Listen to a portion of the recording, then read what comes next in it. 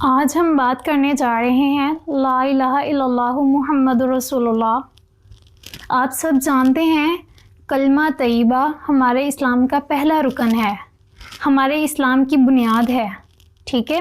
اور یہ جو کلمہ ہے لا الہ الا اللہ محمد رسول اللہ، اس کے دو پارٹس ہیں، ٹھیک ہے۔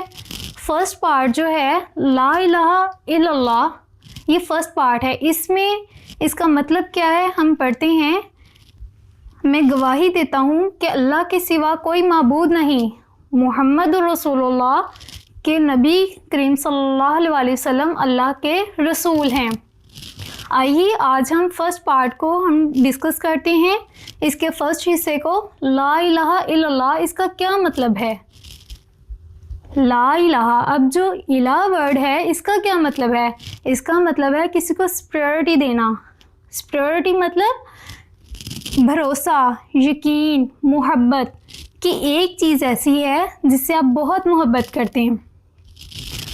الہ سے آگے ہی اللہ تعالیٰ نے اپنا نام رکھ دیا اللہ، الہ اللہ، کہ یہ جو محبت ہے وہ کس کی طرف اشارہ کر رہا ہے؟ اللہ تعالیٰ کہہ رہا ہے میری طرف، مطلب اللہ کے سوا کسی اور کو شریک نہیں ٹھہرانا۔